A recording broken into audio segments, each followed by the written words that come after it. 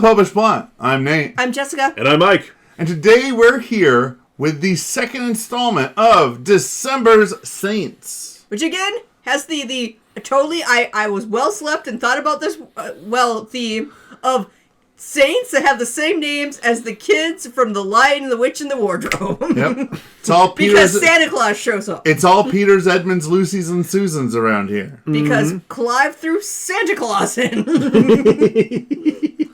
Although there's not actually going to be a Susan, but spoiler alert. Yeah. Well, and, I mean, it's not always winter and never Christmas. We're quite close to Christmas.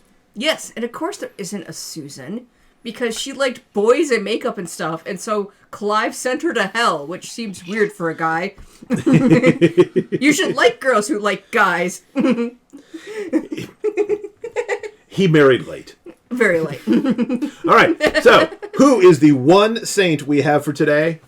Well, as I was going through stuff, and we never actually did her life on any of her episodes. You're too busy setting your head on fire. I know, that was fun. So we're going to go with Saint Lucy, whose feast day is December 13th. Also known as Lucia of Syracuse, or Santa Lucia. She was born way back in 283 in Syracuse, Sicilia, Roman Empire. She died 304, also in Syracuse, during the persecutions of the vile Diocletian. But apparently at the that time guy. it was the Eastern Roman Empire. I'm not sure I've been a split yet. That's what it said on the internet. Sure. She's venerated in the Catholic, Eastern Orthodox, Oriental Orthodox, various forms of Church of England, and Lutheranism, and see our St. Lucy's Day video, because the Scandinavian countries that historically are Lutheran go all out for St. Lucy. They go hard. It's Seriously. great. Well, again, she's a very early saint, so yeah, everybody's got They're it. very It is very intense about dark, it. and due to the changes of the calendar, her feast day used to be essentially right around the solstice, where it's like, there is no light. We get 2 minutes where we kind of look and see it, and there might be a sun, and then it's gone for today. But if you want to get your most metal kid, Saint Light. if you want to get your most metal kid really into a saint celebration, put a wreath of candles on another kid's head and let him light them. I mean, technically, it is one of important her things is also her holding her a eyes. tray within her eyes. So It's awesome. It's awesome. St. Lucy's Day is just great. but yeah, you were saying something was important. Where we are in Michigan is at approximately the same latitude as Spain. So by the time you get to the Nordic countries, they're far, far to the north, and their days are extremely short this time of year. Yes. Yes, like it's weird because of how the different Gulf streams and stuff. You would never. Our weather is much closer in temp wise in winter to them, but we actually get sun. Yeah. So just For 5 minutes, Like- at 3 a.m. because of daylight savings. if you live in the continental United States, you have no idea how early it gets dark in Scandinavia. They're so close to the Arctic If you live in Circle. Alaska, you have an idea. You probably have an idea. Yeah. Yeah. You're like, we also like St. Lucy. Her attributes Both are, of you. are a cord, eyes on a dish, blindfold, a lamp, a dagger, swords, being hitched to a yoke of oxen, a palm branch, a woman kneeling before the tomb of St. Agatha, a woman with St. Agatha, Saints Agatha. Saints Agatha and Rosalia, Agnes of Rome, and Barbara, and Catherine of Alexandria, and Thesia. So a whole posse of virgin martyrs. Yes. She is patroness of the blind, ophthalmologists, glaziers, peasants, saddlers, stained glass workers, martyrs, salesmen, writers, against throat infections, against epidemics, eye diseases, dysentery, and hemorrhages, and of many, many places and many schools. Because again, early and awesome. Yeah. she is one of the 9 women that are named in the canon of the Mass, which... You've got 8 there. 8 women. Could be, eventually it'll be 9. Sorry. I said 9 because I'm thinking 8, and the fact that all the things are counting Mary, where I'm like, well, that's just a duh. They referred exactly which set of readings you can do for the Mass that she pops up in, and I'm like, but Mary's in all of them. That seems redundant, so I added one. That's fair. Totally fair. I accidentally mathed. She is one of the people in the Divine Comedy by Dante, as well as many other books, poems, movies, and at least one video game. Early and awesome. The facts we know for sure about her is that she was killed during the Diocletian persecution, as Mike mentioned, after a man accused her of being Christian to the authorities. Guilty as charged. Yes, this is like from GAC. From all the earliest writings, these are things we know definitely are facts for sure. Mm-hmm. From there, many pious traditions have added to her story, which it could be that there was like an oral tradition. It could be that, medieval writers occasionally acted like the Victorians and just made stuff up. The story. All true. The story as There are two different stories. Both true. No. Tradition story. Traditions. I was saying the story, as tradition tells it about her, is that her father was a rich noble Roman who died when she was young. Her mother was likely Greek. Because we have a name for her that I didn't bother because it is very Greek. It's Greek to us. Yeah. Lucy became a Christian and made a vow of virginity. Her mother, not knowing this, arranged her marriage to a son of wealthy pagans. And as she was sick and feared she would soon die, So her mother thought she was doing a good thing, as she was sick, providing for her daughter, who would soon be an orphan. No friend, yeah. Yes. Lucy and her mom made a pilgrimage to the shrine of St. Agatha, and her mother was cured. Including in various stories, the fact that Lucy had like a vision from St. Agatha explaining this and other details about the future of her life that, she stated, St. Agatha's in the vision stated things in way positive ways and not like, you're going to become super famous and important because you're going to get totally martyred soon. But it's gonna be awesome. Yep. Lucy then convinced her mother to donate much of their riches to the poor. Aw. Lucy's betrothed found out about this and told the governor she was a Christian. Because he wanted all the monies. Yep. She refused to make a sacrifice to the emperor's image and so was sentenced to be sent to a brothel. But the guards could not move her. They tried hitching her to a team of oxen and then setting her on fire, neither of which worked. Finally, she was stabbed with a sword to the throat. By the 15th century, there were stories that either she was tortured by having her eyes gouged out or she removed them to discourage a suitor.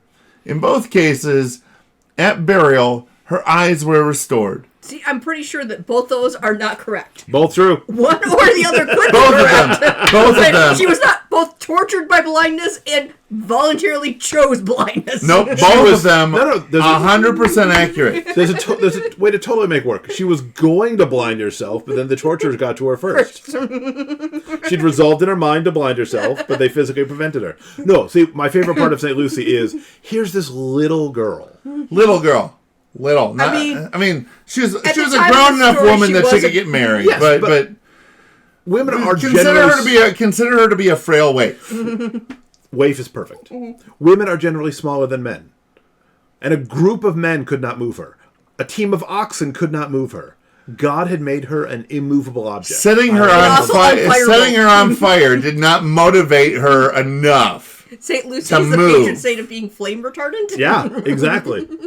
Which is why we set kids' heads on fire. No. Fire near kids' heads. Yes. No. There are candles that you're simply wearing as a crown. If your St. Lucy Day celebration goes full Michael Jackson, you're doing it wrong. On fire. No. The setting things on fire tradition is that country in Scandinavia that makes a giant, highly flammable goat and says, everyone, don't set this on fire. We have 24-hour cameras so we can see when you set it on fire. I believe there's a fine and you get a few months in prison for doing this. It's really important to get set on fire at the right time. I do like the tourists who assumed that it was essentially Burning Man is his argument. Or the Wicker Man. No, it's Burning Goat. Wicker Goat. Are there bees? It's the scapegoat. You put all of your sins upon it, and then you set the thing on fire. Used to be you just release it into the desert. No. We want to make sure. I mean, there was a certain point those in which sins the rabbis need to not were come back, all right? what if the goat wanders back? So they take it to the desert and essentially Kill either it. outright kill it or hobble it or something. do something where it would be more kind to outright kill it and then be like, Those sins aren't coming back. Like I said, they won't come back if you set it on fire. Don't feed the scapegoat. That just encourages it. Anyway, I think we are way off track here. So anyway, that was what we know and what we have traditions of St. Lucy. There were 4, of the kids in the book, but again, no St. Susan. There are St. Susans. There just aren't St. Susans in December who have feast days in December. See, we know that there's a St. Susan because there's the famous Santa Susanna Church in Rome. So there at least has to be one. But again, August. Mm-hmm. But again, as you were explaining earlier, Jess, given Clive's general attitude towards Susan as opposed to the other Pevensey children, it kind of makes sense that she wouldn't be sainted. Because I like the arguing back and forth on the book because given his whole thing was this is definitely a metaphor I'm hitting you over the head with. She never went back to Narnia. It's totally he sent her to hell. He sent Susan to hell for being a teenage girl. Now, mind you, she was a teenage girl who lived as a queen in pseudo heaven-ish. She lived her whole life as a queen. I don't know. Look, here's the thing, right? To be honest, I'm surprised that either her or Peter made a return because they went there and they lived like a whole life in Narnia, only to come back and to find themselves being back in as a teenager. I don't know. I'm going back to that place because do I go back and be the same age I was when I left? Do I go back and now I'm young? It's very risky. Mm-hmm. There's a lot of wild stuff going on. Mm-hmm. Plus, animals that talked and. I feel like if they had invented Mad Libs, he would have loved it. It's just like, I'm making a story. Think of 5 nouns and historic figure. Here we go. Anyway, go down below and comment with fun St. Lucy Day traditions. Do you enjoy setting things on fire for St. Lucy's Day? Do you enjoy eating cookies that are eyeball shaped? Carrying a lantern around? That sounds fun. Do you make an appointment to see your eye doctor each year on this date?